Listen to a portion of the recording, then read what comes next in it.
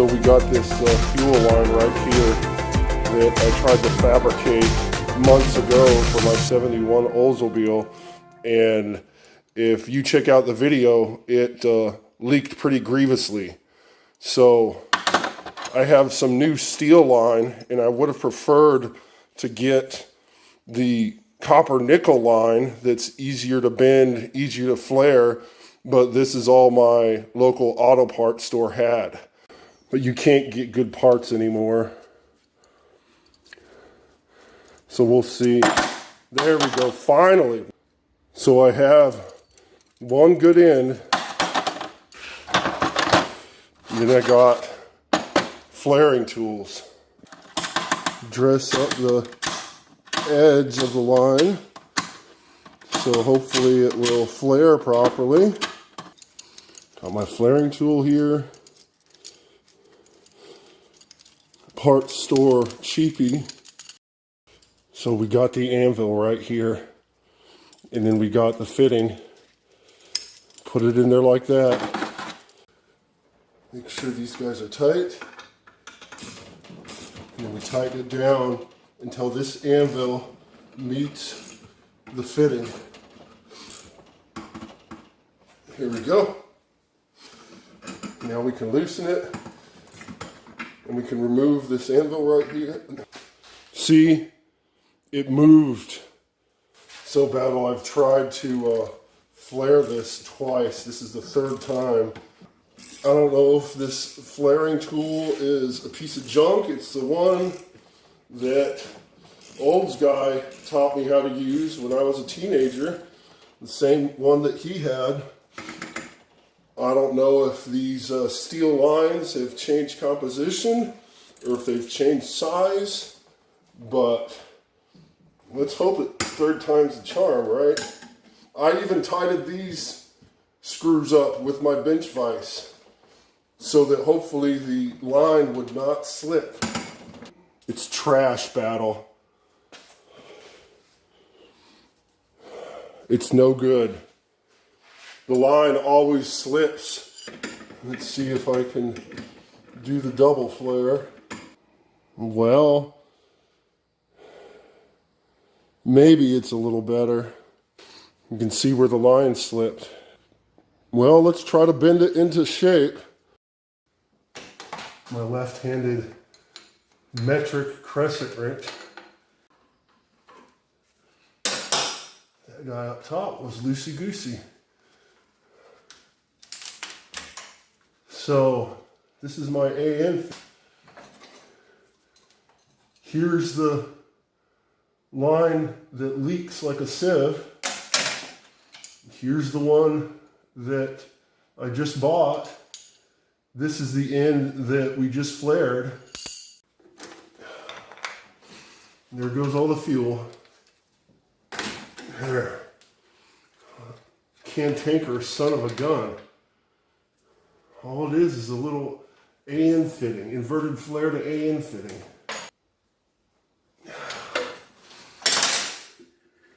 Better be careful with that one. I don't want to damage the carburetor. So I want the side that we flared to be at the carburetor. Let's move this guy. Just need to be careful, battle, so we don't kink it. We got this new steel fuel line in here. I got everything tight. Let's put some fuel in the carburetor bowl.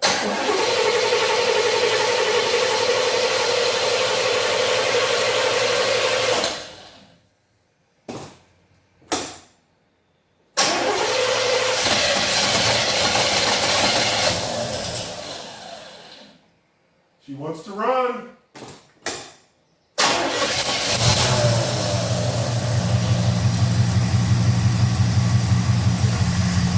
Started.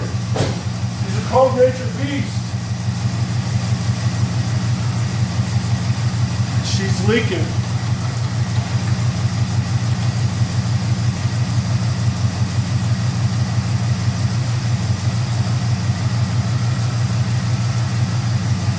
Nice battle.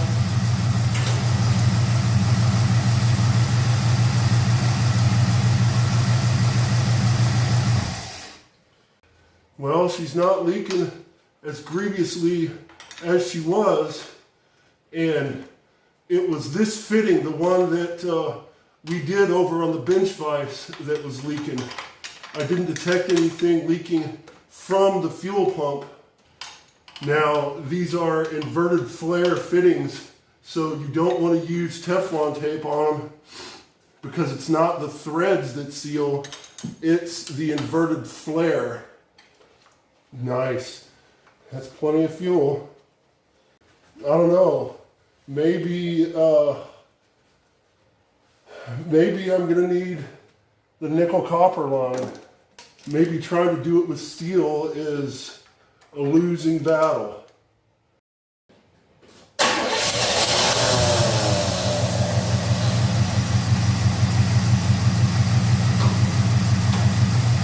She's still leaking. There's no leak down here.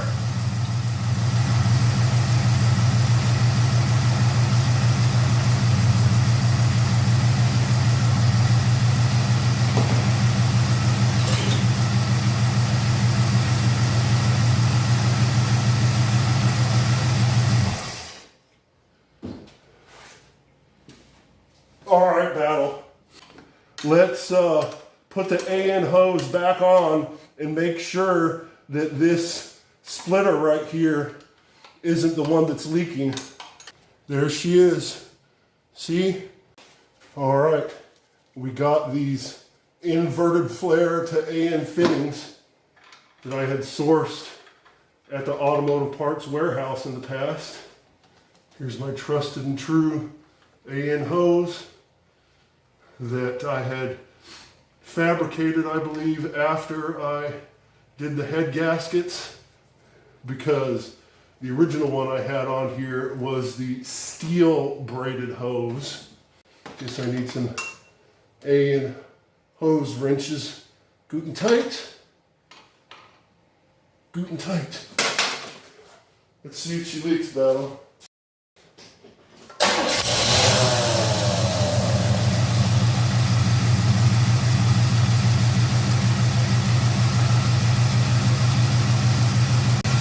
I can feel the mechanical fuel pump.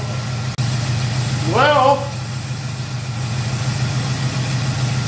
at least this fitting isn't leaking. So battle, there's no leak right here. We got the original fuel line that I fabricated. It leaked like a sieve. And then we got the fuel line that we just tried to fabricate that was dripping. So I think I need to get copper nickel fuel line if I want a solid line here. She's sort of noisy. Maybe that's the alternator in the power steering pump.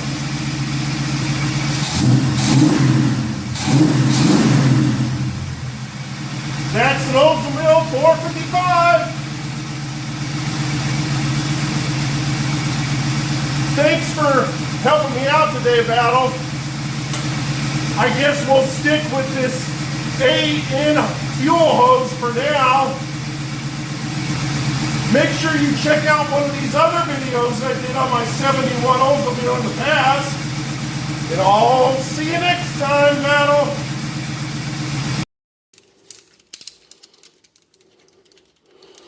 Nice, that's essential trimmers.